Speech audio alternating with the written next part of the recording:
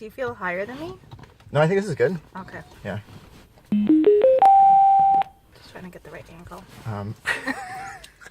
Hi, this is part 1 of an interview with Nour Hachem, where we talk about a bit about her backstory and cultural upbringing and questioning that and gender roles, and it gives you a sense of where she came from and how she got to be how she is today. So if you love Nour as much as I do, or you want to get to know her or get to love her, please enjoy this interview. It's a part 1. Have a watch. A lot of my childhood was having to really balance my culture, which I'm Lebanese, and the Canadian culture. So my family is very traditional. Yes, I don't wear the scarf, but in all other areas, I was raised in a very traditional household with very strict rules that my friends that I associated myself with did not have. And I found that a lot of my childhood was just really balancing two cultures and trying to find my space in both. Because I am very proud to be Lebanese and Muslim, but I'm also very proud to be Canadian. So having to live in both worlds and be accepted in both was very challenging growing up. My sister and I, being female, were not really permitted to go to parties or to spend the night at our friend's house, which is the norm. Like in the Canadian, like in a lot of cultures, that's the norm. So I always joke and say, it's funny that I became so social and outgoing, where I didn't really have those encounters growing up. The good thing is that we are very family oriented, as you know. Like we have every Sunday, we have breakfast together as a family. Family really matters to me. So I felt that may have helped with some of that social. And you have to go. Like I've Oh yeah, you can't miss. Like it's not like an option. Like right? No, because if you miss, my mom will literally cry. Yeah. She literally will cry, and and it's not a joke. Like she'll be so upset. So I'll tell her, Mom, I can't make it next Sunday. Why? We're gonna be on vacation.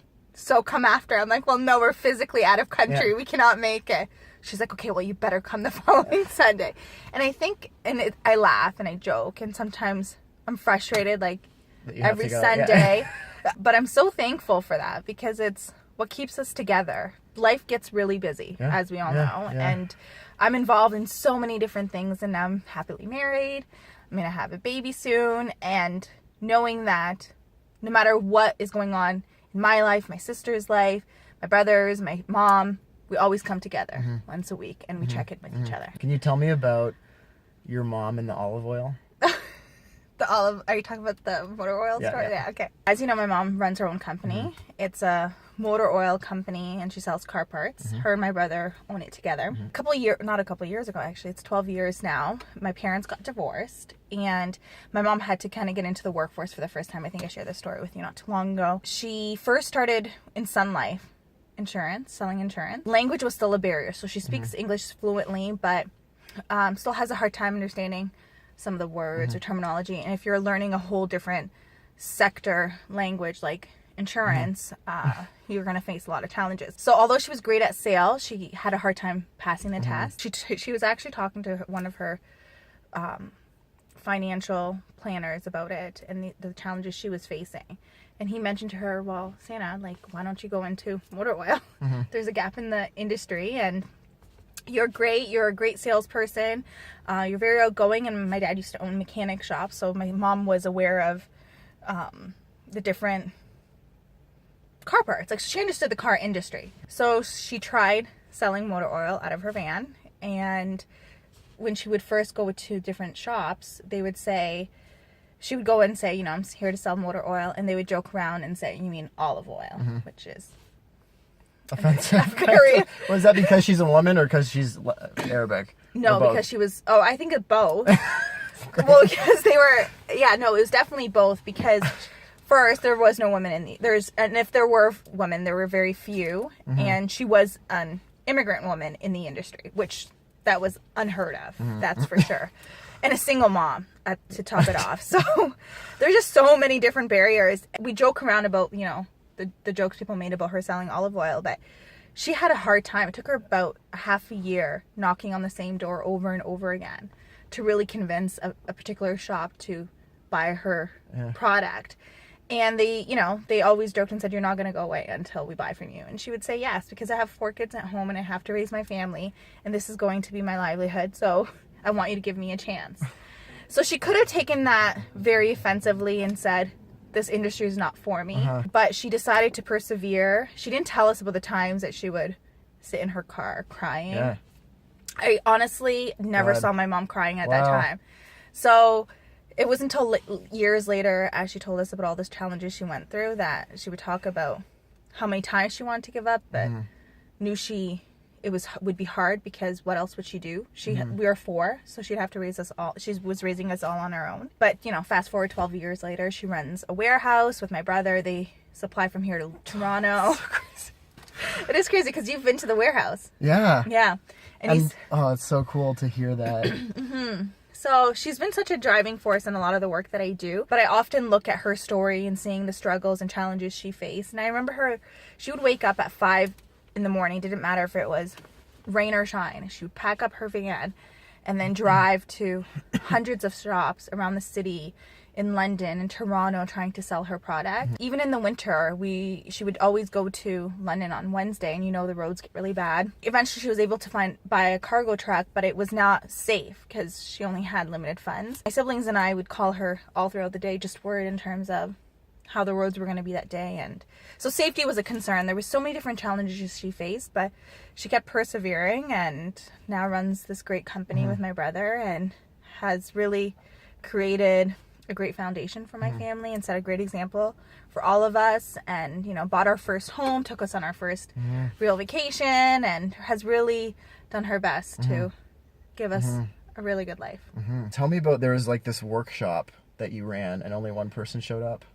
Oh yes, I worked at Women's Enterprise Skills Training in Windsor. I was leading an employment department where we assisted women in finding jobs. I remember naively putting together a workshop that would talk to women about the opportunities in welding, because I was out there networking, learning about the labor force and what jobs were available, and I was hearing a lot about skilled trades and the demand in manufacturing, and not really knowing it at the time. I thought, okay, well, let's put together a workshop and inform our clients about these opportunities and try to get them into high-paying jobs. And what were some of those jobs? So some of the jobs was welding, general machinist, a lot of jobs that are in male-dominated industries. So and it was for women?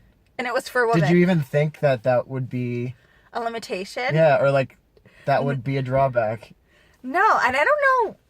Is it because of your mom, or like, because that just seems like you literally didn't think that, like you were shocked when women didn't show up for this? Yeah, I was. And now I see why. And maybe it's because for me the important part was I wanted our clients to have great paying jobs that would get them off social assistance and give them an opportunity to really make a good living. And I think that's because that was my motive. That the good thing is that we ran that workshop and tested it out, and only one client showed up. So then the next question is why. And what did that client say? She wasn't interested. She wasn't even. So she came because she was one of those clients that was very proactive in her job search. Not all of them were, but so she would just try any opportunity. Okay. But then she learned about it, and she was like, interesting. This is not for women. And I remember then I started having conversations with random people about it. And I just started seeing like how there was such a stigma and stereotypes and perception of, these jobs aren't for females. I brought together the experts, different organizations, and I said, let's at least start looking into the gap. From that conversation, we were able to apply for some funding, and we received some funding to really tackle the issue. We were able to create a community conversation about the limitations for women when we don't help them access first opportunities that are in demand. But all these opportunities that we're talking about are high paying, great jobs, and women can do it. I started learning about so many of the social and institutional gaps that women go through just based on gender. And that's made me very passionate about the work that I do. And it helped me bring context back into my own personal life, knowing my mom struggled most of her life raising us 4 and having to deal with the challenges she dealt with, and being the only sole provider for the household. And going into a male-dominated sector out of all sectors, but knowing that would help her put food on the table and provide a good living. So knowing all of that, and then learning about some of the actual barriers that women face, has really motivated me to keep doing the work that I do. And it's so cool because it's like, if your mom never did that, I don't want to say it, but like, would you really have thought that way? I don't know. I mean, there were other moments. Yeah. One of the things I found about myself, and growing up I always found, is that I question everything. I always ask about why. So growing up in a household that was very traditional, I was often told I couldn't do things just because I was female. And that like what? And that like having a great career, and that my sole purpose was going to be, I'd be successful if I got married and had kids. Like, there wasn't, although my family wanted me to go to school and get a good job, ultimately I would be defined by if I got married and if I had kids. Having a voice or having an opinion, a woman can't. Which you have. Yes. A lot of opinions about a lot of things. Yeah. I even remember when my parents separated, and there was a lot of stigma in the culture, and some people from our culture that didn't believe that you should divorce, or that because I was female, it was going to be much harder for me to be successful, or that I couldn't have a voice. So asking all these questions growing up, I just always wondered why, and kind of challenged those stereotypes myself. If my mom went into the male-dominated industry or didn't, would I still do the work that I do? I probably would, because there was many reasons in my life that made me question tradition and certain cultural norms. And I used to hate that about myself, to be honest. Really? Oh, yeah. You just got caught up in it, or what? Well, no, it's because if you question it, then you don't accept it. Right. And then people don't accept you. Really? Yeah. So imagine like being surrounded by people that don't accept who you are based on how you think or view. So if you have to either silence yourself to fit in, or if you express yourself, people don't really accept it. Or if you start, like I decided to kind of lead my own life. Well, that's not really acceptable, right? So, or have my own opinions and feel strongly about it. Well, that's not acceptable. What I say today, and the strong feminist that I am, and voice that I have, was not always accepted. It wasn't always celebrated. If anything, it was challenged in a lot of cases. So, I remember oftentimes I would be around some of my mom's friends from our culture that would say, you might want to not be so opinionated or so strong or come off so strong because you're going to have a hard time finding a partner. Which I imagine, like, that's why I'm could you imagine? It wouldn't be you. It wouldn't be me. Could you imagine how I would respond to that? So it's like, okay, well, I just won't get married. Like, if someone can't accept me for me, I won't get married. Or be in a relationship. Being able to question a lot of things gave me a purpose to help solve some of the problems that we are facing, including empowering women and breaking down these stereotypes. So cool. I just want to try readjusting this. And from our conversations, we found that parents were the number one influence when it came to career decisions, which, thinking back, my family played a huge role in why don't we bring parents and the young women to an event where we educate them about these career opportunities, but we break down some of the stereotypes. So we know a trap. Yeah. No, I'm just kidding. Yeah. Well, it wasn't a trap, but in a way, I call it creative marketing. Yes. So tell me about that. Okay. So we knew that when we host a workshop that says, come learn about the skilled trades, there's a lot of stereotypes. No one will show up, as we know. So we wanted to do a play on words and get people through our doors because we knew our message was really important. So we called it Build a Dream. We thought, what parent doesn't want to help their daughter build a dream and pursue her dream? There were a lot of career opportunities that young women have never considered that we would educate them about. So no matter what they wanted to pursue, they would still come to our event and learn about new career opportunities. So we didn't we were just creative. Yeah, I like that. You have to be. We have to be, because that was part of the stereotype. In our first year, we had about 130 parents and daughters show up, and then we had about 15 companies attend, and they've met female mentors, they talked to industry, they learned from their high schools about how to get into these pathways as early as high school, and then from post-secondary institutions like St. Clair and University, what to do once they graduate. We felt it was such a huge success. Like 130 attendees in our first year was something. Yeah, it was quite. What did it feel like when you were at that first? The first event, yeah.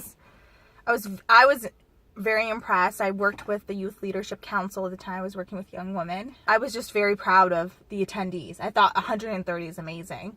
Just knowing what I knew about the stigma. Getting the one person show up to getting the one 130. person to show up, yeah. And we surveyed everyone. So I thought, okay, if people wanted to show us that they were upset about not knowing that they were going to learn about skilled trades or science, technology, or engineering opportunities, they would let us know in the surveys about their experience. And we heard quite the contrary. People were very impressed. We're very happy to have been able to come out and to learn, to be exposed to these opportunities. Parents thought it was a great way for them to educate their daughters. And then a lot said, I hope you guys do this again next year, because it was good for them to be able to hear from female mentors, but then to go around and ask companies questions about what it was like, what it would be like to work in those roles. Second year, the school boards wanted to run it again. They approached me at the time and thought, would you be interested in organizing again? Because I was very passionate about it. So I said, yeah, I'd be more than happy to. And I was working at St. Clair College at the time, so they were very much supportive the event itself as well. I kept leading it year after year, and just recently, about the last year and a half, seeing the impact that we've been having and just the feedback, not just from parents or the young women, but from industry saying, this is a great way for us to tap into the other 50% of the workforce that we normally don't get to speak to. I really don't like this angle, I'm not gonna lie to you. Of the camera? Yeah, should I back it up again? Yeah, can you back it up more? Okay. This is the pilot episode. Based on all these stories that you're sharing and who you are, that's really, it only you're doing the work that you're supposed to be doing. It makes it's like your work is an outer expression of who you are. I don't know if that is me. That's my interpretation of it. I was at this event in London and I felt a certain excitement for myself, because it's one thing to get 100 people. It's one thing to do it another year, but to have the event go now to another city, what was that like? Unreal. Yeah.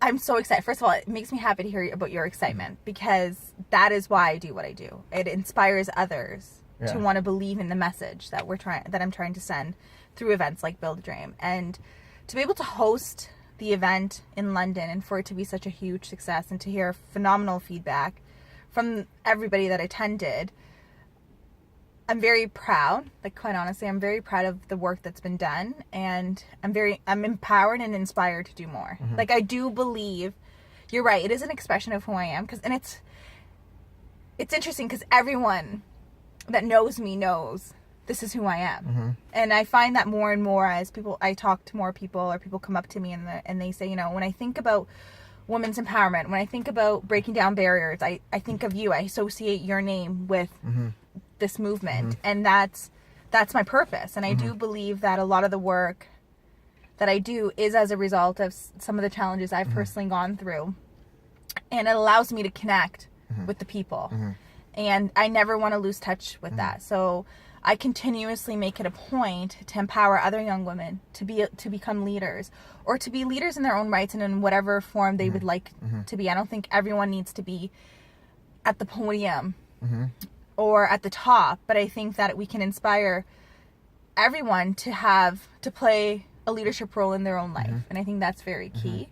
And I believe what I preach, as cliche as that might sound, I genuinely believe we need to make it better for women to succeed. I believe that it makes it easier for others to trust in the message I'm trying to project, and to be inspired to come join the movement.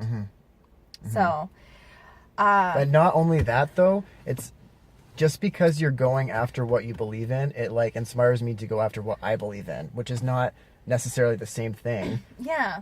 Do you know what I mean? So I guess that's part of the reason I want to get this on camera too, is to go after that thing that. Well, I always tell you, you're gonna find your yes. This is getting the therapy part. Yeah, I know. Yay! Thank you for watching. If there is a favorite takeaway that you have, please leave a comment below. I'm curious what that would be. We also have a part 2 of the interview that will be linked somewhere here. And subscribe for more videos. Thank you. A lot of people.